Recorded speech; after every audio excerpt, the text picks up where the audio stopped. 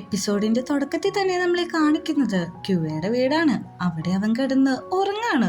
ഉറങ്ങി എണീക്കുന്നവൻ ആദ്യമായിട്ട് ഫോണാണ് എടുക്കുന്നത്. ഫോണിലാണെങ്കിൽ ഒരു മെസ്സേജ് വന്നിട്ടുണ്ടാവും. എന്താന്ന് വെച്ചിട്ടുണ്ടെങ്കിൽ കൊറിയൻ എംബസിന്ന് അവന് ഒരു സിംഗറായിട്ടുള്ള ഒരു വേക്കൻസി കിട്ടി. അവരുടെ ഗ്രൂപ്പിൽ ആഡാവാൻ വേണ്ടിയിട്ടാണ്. ഇത് ഒന്ന് വായിച്ചു വെക്കുന്നവൻ ശരിക്കും നെട്ടുന്നുണ്ട്. പെട്ടെന്ന് തന്നെ അവൻ ഉറക്കത്തിൽ നിന്ന് ചാടി എണീറ്റിട്ട്, ഞാൻ നിങ്ങളുടെ പുതിയ ഐഡലാണ്, ഞാൻ പറയുന്നത് നിങ്ങൾക്ക് കേൾക്കാൻ പറ്റുന്നുണ്ടോ, കുറച്ച് നോയ്സ് ഒക്കെ ഉണ്ടാക്കാൻ പറഞ്ഞിട്ട് വെറുതെ കിടന്ന് ആക്ട് ചെയ്തുകൊണ്ടിരിക്കുകയാണ്. അന്ന് ഞാനൊരു പാട്ട് പാടട്ടെ, എൻ്റെ ഫേവറേറ്റ് പാട്ട് ഏതാണ്, ഇങ്ങനെയെല്ലാം ആങ്കർ ചെയ്ത് ഒറ്റക്ക് കളിച്ചുകൊണ്ടിരിക്കുകയാണ്. ഇതും കണ്ടോണ്ടാണ് അങ്ങോട്ടേക്ക് ഹിയ വരുന്നത്. ഹിയ വന്നിട്ട് ചോദിക്കുന്നുണ്ട്, നീ എന്താ കാണിക്കുന്നേന്ന്. വേറൊന്നല്ല, മോർണിംഗ് ഒക്കെ അല്ലേ എക്സസൈസ് ഒക്കെ ചെയ്താന്ന്.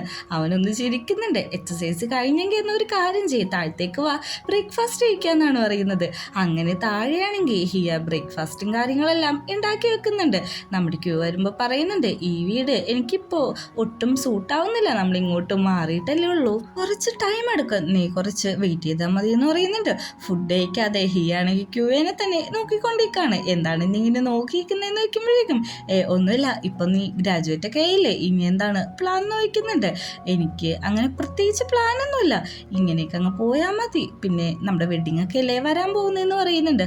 ഓക്കെ, ഇന്നുച്ചക്കാണ് നമ്മുടെ ഡ്രസ്സും കാര്യങ്ങളെല്ലാം ഷോപ്പ് ചെയ്യാനായിട്ട് പോകുന്നത്, അതുകൊണ്ട് തന്നെ നേരത്തെ വന്നോ എന്ന് പറയുന്നുണ്ട്. ഞാനൊന്ന് ഇറങ്ങാണ്, പോയിട്ട് അത്യാവശ്യം ഉണ്ടെന്ന് പറഞ്ഞ് ഹിയ പോകുമ്പോൾ തന്നെ നമ്മുടെ ക്യൂവയാണെങ്കിൽ ഡിയോനെ വിളിച്ചിട്ട് SOS പറയാണ്.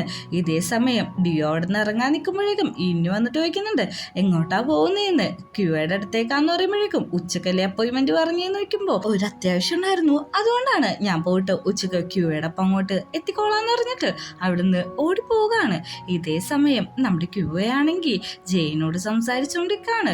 ജയ് ഇതൊക്കെ സത്യമാണോന്ന് പോലും എനിക്കറിയില്ല. ജയ് വിളിച്ചിട്ട് കൺഗ്രാറ്റുലേഷൻസ് എല്ലാം കൊടുക്കുന്നുണ്ട്. അപ്പോഴാണ് ഡിയ നമ്മുടെ ക്യൂ എന്തിനാ വിളിച്ചെന്നുള്ള കാര്യം തന്നെ അറിയുന്നത്.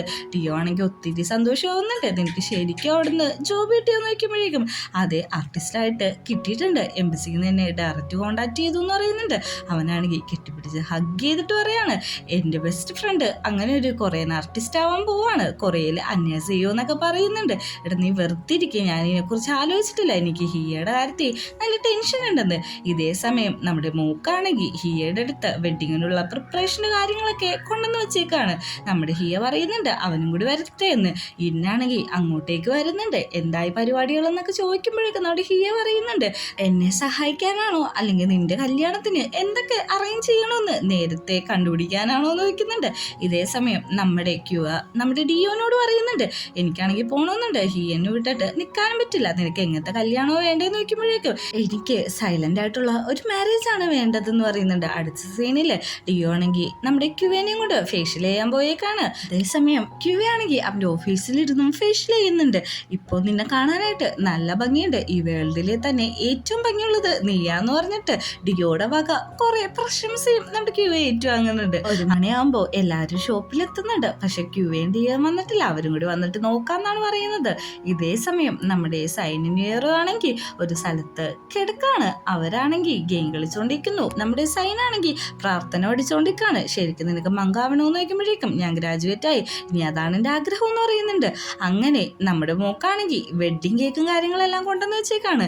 ഇനി കേക്ക് ടേസ്റ്റ് ചെയ്യേണ്ട സെറമണിയാണ് ഇപ്പോൾ, ഞാനത് നിനക്ക് ഫീഡ് ചെയ്തേരെ, ഇത് അടിപൊളി ടേസ്റ്റ് ആണ്, നല്ല മധുരമുണ്ട് എന്നൊക്കെ പറഞ്ഞിട്ട് ഒരു സ്പൂൺ കേക്ക് എടുത്തിട്ട് നമ്മുടെ ഹിയക്ക് കൊണ്ടേ കൊടുക്കാണ്. കുഞ്ഞു പിള്ളേർക്ക് കൊടുക്കുന്ന പോലെ അവൻ ആ സ്പൂൺ മേടിച്ച് കഴിച്ചിട്ട് എങ്ങനെയുണ്ടെന്ന് നോക്കിയപ്പോഴേക്കും നല്ല ടേസ്റ്റാന്ന് പറയുന്നുണ്ട്.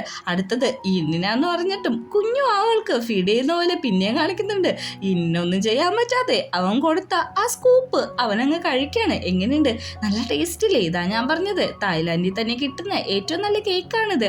അതുമാത്രമല്ല ഇനി അടുത്തത് എൻ്റെ ടേണാണ്, ഞാൻ ടേസ്റ്റ് ചെയ്തിട്ട് എങ്ങനെയുണ്ടെന്ന് പറയാന്ന് പറഞ്ഞ് ടേസ്റ്റ് ചെയ്യാൻ പോകുന്ന അതേ സമയത്താണ് അങ്ങോട്ടേക്ക് ഡിയോയും ക്യൂയും കയറി വരുന്നത്. നിങ്ങൾ വന്നത് നല്ല സമയത്താണ്, വാ നമുക്ക് കേക്ക് ടേസ്റ്റ് ചെയ്യാന്ന് പറഞ്ഞിട്ട് അവരവിടെ ഇന്ന് കേക്കും കാര്യങ്ങളെല്ലാം ടേസ്റ്റ് ചെയ്ത് കഴിയുന്നുണ്ട്. അതിനുശേഷം ഡ്രസ്സ് സെലക്ട് ചെയ്യാൻ വേണ്ടിയിട്ട് രണ്ടുപേരും രണ്ട് സ്ഥലത്തേക്കാണ് പോകുന്നത്. ഇഷ്ടപ്പെട്ടത് സെലക്ട് ചെയ്തോളാനും പറയുന്നുണ്ട്. ഡിയോ നിൽക്കുന്ന കാണുമ്പോഴേക്കും എന്താ നീ ഇങ്ങനെ നിൽക്കുന്നതെന്ന് നോക്കുമ്പോഴേക്കും ചുമ്മാ നിന്നതാണ്. അങ്ങനെയാണെങ്കിൽ വൈകുന്നേരം നമുക്ക് ഒരു ഡേറ്റിന് പോയാലോ, പിന്നെ നമുക്കും കല്യാണത്തിനെ കുറിച്ചൊക്കെ ചിന്തിക്കണ്ടേന്ന് പറയുന്നുണ്ട്. അങ്ങനെ അവർ സംസാരിച്ചു കഴിഞ്ഞ് ഡിയോ ആണെങ്കിൽ നമ്മുടെ ക്യൂവിനെ ഹെൽപ്പ് ചെയ്യാനായിട്ട് ട്രയൽ റൂമിട്ട് കയറുന്നുണ്ട്. ഇതാണ് നീ ഇടുന്നതെന്ന് നോക്കുമ്പോഴേക്കും നീ എന്നെ ഹെൽപ്പ് ചെയ്യുമെന്നാണ് ക്യൂ ചോദിക്കുന്നത്. അങ്ങനെ ഓരോ ഡ്രസ്സും ഇട്ട് നോക്കുന്നുണ്ട്. പക്ഷെ അതൊന്നും നമ്മുടെ ഡിയോക്ക് ഇഷ്ടപ്പെട്ടില്ല. അവസാനത്തെ ഒരു കോട്ട് ഇടുമ്പോൾ അവൻ്റെ ഫോണിലേക്ക് കൊറിയൻ എംബസിന്ന് ഒരു കോള് വരുന്നുണ്ട്. അവർക്കാണെങ്കിൽ നമ്മുടെ ക്യൂവിനെ ഒത്തിരി ഇഷ്ടപ്പെട്ടു. അതുകൊണ്ട് തന്നെ വേഗം ജോയിൻ ചെയ്യാനുള്ള കാര്യങ്ങളൊക്കെയാണ് സംസാരിച്ചുകൊണ്ടിരിക്കുന്നത്. ഇതേ സമയം നമ്മുടെ ഹിയയാണെങ്കിൽ ഡ്രസ്സും കാര്യങ്ങളെല്ലാം സെലക്ട് ചെയ്ത് കഴിഞ്ഞിട്ടുണ്ടായി. ഇന്നോയ്ക്കുന്നുണ്ട് ഇത്ര നേരം എന്താന്ന്. അല്ല അവർ പതിയെ സെലക്ട് ചെയ്തോട്ടെ, നമ്മുടെ കല്യാണമല്ലേ നോക്കുന്നുണ്ട്. അങ്ങനെ അവരാണെങ്കിൽ അകത്ത് സെലക്ട് ചെയ്ത് കഴിഞ്ഞിട്ട് നമ്മുടെ ക്യൂ ആണെങ്കിൽ ഡിയോനെ കെട്ടിപ്പിടിക്കാണ്. എനിക്ക് എന്ത് ചെയ്യണമെന്ന് അറിയില്ല, എനിക്കൊരു ഓഫർ തന്നിട്ടുണ്ടെന്ന് പറയുമ്പോൾ നീ ആദ്യം ഇതെല്ലാം ഹിയനോട് സംസാരിക്കണമെന്നാണ് പറയുന്നത്. അങ്ങനെ നമ്മുടെ സൈനെ കാണിക്കുകയാണെങ്കിൽ അവൻ പഠിച്ച പ്രയറെല്ലാം മങ്കിനെ പറഞ്ഞു കേൾപ്പിക്കുന്നുണ്ട്. പക്ഷേ എല്ലാം തെറ്റിപ്പോവാണ്. പെട്ടെന്ന് തന്നെ ന്യൂർ അവിടെ നിന്ന് എണീറ്റ് പോവാണ്. കാരണം അവൻ കാരണം തെറ്റരുത് എന്ന് കരുതിയിട്ടാണ്. മങ്കു അറിയുന്നുണ്ട് നീ നന്നായിട്ട് പഠിച്ചിട്ട് പറഞ്ഞാൽ മതി, പിന്നെ അതിനു മുമ്പ് നിനക്ക് എന്താ വേണ്ടതെന്ന് നീ ഒന്ന് ശരിക്കും തീരുമാനിക്കണമെന്ന് പറയുന്നുണ്ട്. സൈനാണെങ്കിൽ ഇത് കേട്ടപാടെ തന്നെ ന്യൂറിന്റെ അടുത്തേക്ക് ചെല്ലാണ്. നീ എന്താ പെട്ടെന്ന് പോയെന്ന് വെക്കുമ്പോഴേക്കും ഞാൻ കാരണമാണ്, നിന്റെ മന്ത്രമൊക്കെ തെറ്റാണെങ്കിൽ അതാണ് ഞാൻ പോയതെന്ന് പറയുന്നുണ്ട്. അത് കാര്യമൊക്കെ കണ്ട, എനിക്ക് നീയാണ് വേണ്ടത്, ഞാൻ തീരുമാനം എടുത്തു എന്നും പറയുന്നുണ്ട്. ഷോപ്പിലാണെങ്കിൽ ഓൾമോസ്റ്റ് അവർ ഡ്രസ്സും കാര്യങ്ങളെല്ലാം സെലക്ട് ചെയ്ത് ബാക്കി കാര്യങ്ങളെല്ലാം സെറ്റാക്കി കഴിഞ്ഞിട്ടുണ്ടായിരുന്നു. തിരിച്ച് വീട്ടിലെത്തിയ ഡിയോ ആണെങ്കിൽ എന്തോ ആലോചിക്കാണ്. ഇന്നു വന്ന് ചോദിക്കുന്നുണ്ട് എന്താ നീ ഇങ്ങനെ ആലോചിക്കുന്നതെന്ന്. അത് വേറൊന്നുമല്ല, നമ്മൾ ഇന്ന് ഡേറ്റിന് പോകുന്നു എന്ന് പറഞ്ഞല്ലോ, വീട്ടിൽ തന്നെയാണോ ഡേറ്റ് ചെയ്യുന്നതെന്ന് ചോദിക്കുന്നുണ്ട്. എന്താ നിനക്ക് ഇഷ്ടപ്പെട്ടില്ലേ നമ്മൾ മാത്രമായത്? ഞാൻ പറഞ്ഞത് കാര്യമാണ്, നമുക്ക് മാരേജ് ചെയ്യണ്ടേ, നമ്മുടെ റിലേഷൻഷിപ്പ് ഫോർവേഡ് ആക്കണമെന്ന് പറഞ്ഞിട്ട് കിസ് ചെയ്യാൻ വരുന്ന സമയത്താണ് അവൻ്റെ പട്ടിക്കുട്ടി കുരക്കുന്നത്. അങ്ങനെ അതിനെയും എടുത്ത് കളിപ്പിച്ച് ആ രണ്ട് കപ്പിൾസും ഹാപ്പി ആയിട്ടിരിക്കുന്നതാണ് കാണിക്കുന്നത്. അതേസമയം നമ്മുടെ ക്യൂയെയും ഹിയയും ആണെങ്കിൽ വീടെത്തുന്നുണ്ട്.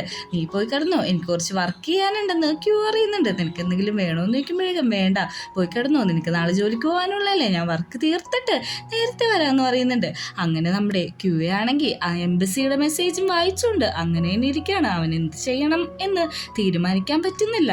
അപ്പോഴാണ് ഹിയയുടെ മെസ്സേജ് കാണുന്നത്. നിന്റെ കഴിഞ്ഞ കയറി വരാനായിട്ട് അവനകത്തേക്ക് ചെന്നിട്ട് നമ്മുടെ ഹിയേനൊന്ന് കെട്ടിപ്പിടിക്കുകയാണ്. എന്നിട്ട് പറയാണ് നീ രാവിലെ ചോദിച്ചില്ലേ എനിക്ക് എന്താവണ്ടേന്ന്, എനിക്ക് ഒരു സിംഗർ ആവണം, അതിന് എനിക്കിന്ന് ഒരു ഓഫർ കിട്ടിയിട്ടുണ്ട്, കൊറിയയിലാണ്, നമ്മുടെ കല്യാണത്തിൻ്റെ കാര്യമൊക്കെ ആലോചിച്ച് എനിക്ക് ടെൻഷനാന്ന് പറഞ്ഞ് അവൻ കരയാണ്. ഈ ഒരു സീന് കാണിച്ചിട്ടാണ് രണ്ടാമത്തെ എപ്പിസോഡ് അവസാനിക്കുന്നത്.